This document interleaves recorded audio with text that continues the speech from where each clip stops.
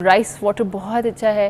Rice water जो है वो कोरियंस की बहुत पुरानी रेसिपी है। वो राइस का वाटर बनाते थे ख़ास तरीके से और उसको अप्लाई करते थे तो उनकी स्किन हमेशा अच्छी रहती थी। अब वो क्रीम फॉर्म्स में और सीरम फॉर्म्स में आ रहा है। तो ये जो कोरियन लाइन की प्रोडक्ट्स हैं, मेकअप फिक्सर है ना, मैंने वो भी राइस वाटर से बनाया हुआ है। जी बिल्कुल, ये 2-3 चीज़ें जो नई आई हुई हैं और ये बहुत अच्छा काम कर रही हैं। उसके अंदर मैंने ग्लिसरीन और थोड़ा सा मतलब जो राइस वाटर है वो निकाल के, अच्छा अब वो ज़्यादा दिन नहीं चलता, 5 दिन के लिए फ्रिज में रखना पड़ता है। और जैसे आप रेगुलर कहीं जा रहे हैं तो वो बना के मैं उसके अंदर थोड़ा सा ग्लिसरीन और उसमें थोड़ा सा रोज़ वाटर ये सब कुछ डाल देती हूँ, तो वो उसको मिक्स अच्छा सा करके तो स्प्रे कर लेती हूँ। मेरा इतना अच्छा मेकअप फिक्सर बन गया है, मैं आपको बता नहीं सकती। क्या बात है, ये जो आपने टिप शेयर की है ना, ये बेस्ट टिप है क्योंकि ग्लिसरीन और रोज़ वाटर तो वैसे ही हमारा बहुत पुराना टोटका है। हाँ। स्किन को मॉइस्चराइज रखने के लिए और एज ए टोनर भी बहुत अच्छा काम करता है क्योंकि उसकी वो टोनर वाली प्रॉपर्टीज़ है ना, वो पोर्स को बंद कर देता है, आपकी स्किन को टाइट कर देता है। मुझे आपसे भी पूछना था कि वाइटनिंग का काम भी करता है, जैसे कुछ लोगों को बहुत शौक होता है कि थोड़ा सा वाइटनिंग इफेक्ट रहे मुंह पे। जी,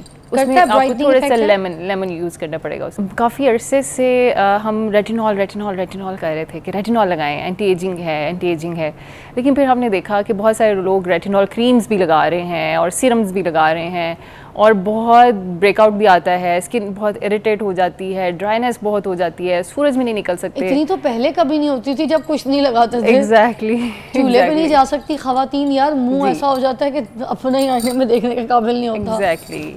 तो मैं ये बताना चाहती हूँ कि अभी लेटेस्ट रिसर्च ये आ रही है कि रेटिनॉल हर एक के लिए नहीं है, ठीक अच्छा। है, हर एक के लिए नहीं है। हाँ, एंटी एजिंग प्रॉपर्टीज़ हैं, लेकिन अगर एक पर्सन लगा रहा है और उसकी स्किन इरिटेट हो रही है तो इसका मतलब है उसकी स्किन डैमेज हो रही है, ठीक है, तो उसको पेप्टाइड्स की तरफ जाना चाहिए, ठीक है।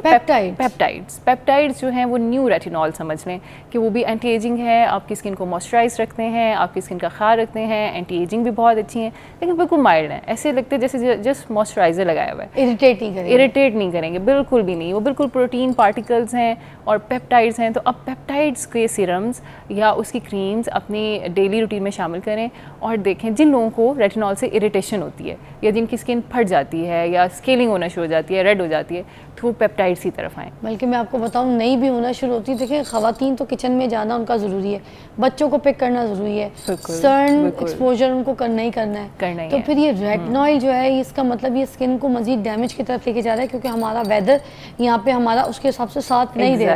और जो हमारे घर के मामलात हैं, हमारे काम के मामलात हैं, वो हमें अलाउ नहीं कर पाते क्योंकि हम रात को रेटिनॉल लगा रहे होते हैं, सुबह उठते हैं, हम चूल्हे पे जाते हैं, तो वो स्किन जो है ना वो रात भर जो एक काम कर रही होती है अपने उसके ऊपर सरफेस के ऊपर जो एक रेटिनॉल लगता है वो चूल्हे पे जाके उधर बर्न कर देती है स्किन को। बिल्कुल तो ना सनब्लॉक काम करता है ना कुछ। ये तो इसका मतलब है अगर आपकी स्किन, रेटिनॉल बिल्कुल बहुत अच्छी प्रोडक्ट है, हम बिल्कुल भी इसको निगेट नहीं कर रहे, ठीक है, रेटिनॉल बहुत अच्छी प्रोडक्ट है, उसकी एंटी एजिंग प्रॉपर्टीज़ बहुत अच्छी हैं, लेकिन अगर आपको सूट नहीं कर रहा तो आप मत लगाएं उसको।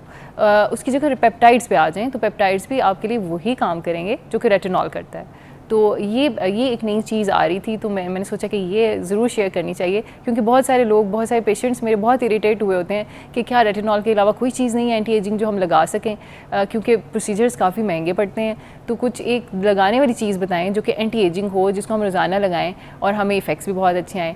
तो peptides is the thing, peptides लोग लगा रहे हैं। अभी हम स्नेल म्यूसिन की बात कर रहे थे, snail mucin is really good. Snail mucin अगर आपको एक्ने ब्रेकआउट नहीं दे रहा तो बहुत अच्छा आपकी स्किन को स्मूथ करता जाता है। ख़ासतौर पे PRP माइक्रोनेडलिंग के बाद मैं ज़रूर कहती हूँ कि स्नेल म्यूसिन का इस्तेमाल करें। तो बहुत अच्छी क्रीम्स भी आ गई हैं, जैसे एक तो सेरम है ना, उसके साथ उसकी क्रीम्स भी अब अवेलेबल हैं, वो भी बड़ी अच्छी है। मैं तो मेकअप से पहले भी लगा रही हूँ। जी बिल्कुल, राइस वाटर बहुत अच्छा है। राइस वाटर जो है वो कोरियंस की बहुत पुरानी रेसिपी है। वो राइस का वाटर बनाते थे ख़ास तरीके से और उसको अप्लाई करते थे तो उनकी स्किन हमेशा अच्छी रहती थी। अब वो क्रीम फॉर्म्स में और सीरम फॉर्म्स में आ रहा है। तो ये जो कोरियन लाइन की प्रोडक्ट्स हैं, मेकअप फिक्सर है ना, मैंने वो भी राइस वाटर से बनाया हुआ है। जी बिल्कुल, ये 2-3 चीज़ें जो नई आई हुई हैं और ये बहुत अच्छा काम कर रही हैं। उसके अंदर मैंने ग्लिसरीन और थोड़ा सा मतलब जो राइस वाटर है वो निकाल के, अच्छा अब वो ज़्यादा दिन नहीं चलता, 5 दिन के लिए फ्रिज में रखना पड़ता है। और जैसे आप रेगुलर कहीं जा रहे हैं तो वो बना के मैं उसके अंदर थोड़ा सा ग्लिसरीन और उसमें थोड़ा सा रोज़ वाटर ये सब कुछ डाल देती हूँ, तो वो उसको मिक्स अच्छा सा करके तो स्प्रे कर लेती हूँ। मेरा इतना अच्छा मेकअप फिक्सर बन गया है, मैं आपको बता नहीं सकती। क्या बात है, ये जो आपने टिप शेयर की है ना, ये बेस्ट टिप है क्योंकि ग्लिसरीन और रोज़ वाटर तो वैसे ही हमारा बहुत पुराना टोटका है। हाँ। स्किन को मॉइस्चराइज रखने के लिए, और एज अ टोनर भी बहुत अच्छा काम करता है, क्योंकि उसकी वो टोनर वाली प्रॉपर्टीज़ है ना, वो पोर्स को बंद कर देता है, आपकी स्किन को टाइट कर देता है। मुझे आपसे ये पूछना था कि वाइटनिंग का काम भी करता है, जैसे कुछ लोगों को बहुत शौक होता है कि थोड़ा सा वाइटनिंग इफेक्ट रहे मुंह पे। जी, उसमें आपको थोड़ा सा लेमन यूज़ करना पड़ेगा उसके लिए। फिर लेमन यूज़ करना, लेमन का थोड़ा सा, बहुत ज़्यादा नहीं, मतलब 1 to 2 टीस्पून आप उसमें डाल सकते हैं। अच्छा, पूरा उसमें, जैसे इतनी बड़ी बॉटल है तो उसमें 1 to 2 लेमन आप स्क्वीज़ कर लें, या 1 to 2 टेबलस्पून कर लें, तो उसको हम लेमन की भी 2 चीज़ें हैं, वो भी बता दें क्लियर, ताकि जो सुन रहे हैं। एक वो छोटे आती है नींबू, एक ग्रीन कलर की, एक आती है वो बड़े लेमन येलो कलर के। Which one is? अच्छा, दोनों ही लेमन है। जो हमारा ग्रीन कलर का है वो देसी लेमन है, और जो हमारा वो आ रहा है वो उसे हम कहेंगे कि हाइब्रिड है, या फार्मिंग से आया है, न्यू हाइब्रिड टेक्नोलॉजी से आया है, तो दोनों ही लेमन है, कोई फ़र्क नहीं है। अच्छा। बस वो खट्टी का इस्तेमाल नहीं करना। एक छोटी छोटी खट्टियाँ भी आती हैं ऑरेंज से कलर की, वो इस्तेमाल नहीं करनी। लेमन ही होना चाहिए, चाहे छोटे साइज़ का हो चाहे बड़े साइज़ का, उससे कोई फ़र्क नहीं पड़ता। बहुत से लोग इस्तेमाल करते हैं वो जो सूडो क्रीम होती है ना, तो मैं भी बच्ची की नैपी वाले टाइम पे इस्तेमाल कर लिया करती थी अपने गालों पे ना, तो बड़े गाल मेरे पिंक पिंक साफ वाइट जैसे बिल्कुल ही सॉफ्ट नरम मुलायम पे हो जाते थे। तो कुछ लोगों के हाथ पैर बहुत डार्क होते हैं, तो क्या वो अपने हाथों पैरों पे भी उसको इस्तेमाल कर सकते हैं, चेहरे पे इस्तेमाल कर सकते हैं? जी रेगुलर? जी बिल्कुल। अच्छा, सूडो क्रीम का जो सबसे इम्पॉर्टेंट इंग्रेडिएंट है ना, वो है जिंक। जिंक जो है हमारी स्किन के लिए इतना अच्छा है कि मैं आपको बता नहीं सकती जिंक के क्या क्या फ़ायदे हैं। जिंक आपके पोर्स को ख़त्म करता है, आपके स्किन के टेक्सचर को इम्प्रूव करता है, आपकी रंगत को साफ़ करता है, और जिंक जो है वो सनस्क्रीन का भी काम करता है। लेकिन इसका एक जो बहुत अच्छा हैक है जो मैं शेयर करना चाहती हूँ सबसे, वो ये है कि पाँव की जो सख्तपन है, या पाँव अगर आपके थोड़े से डार्क हैं बाकी बॉडी स्किन टाइप से आपकी, तो उसका एक बहुत अच्छा हैक है, अगर आप इसको डेली रात को करेंगे तो मेरा ख्याल है कि अगले दिन से ही आपके पाँव बिल्कुल वाइट सॉफ्ट नरम मुलायम हो जाएंगे। फौरन नेक्स्ट डे से रिजल्ट, प्लीज़ बताइए ना।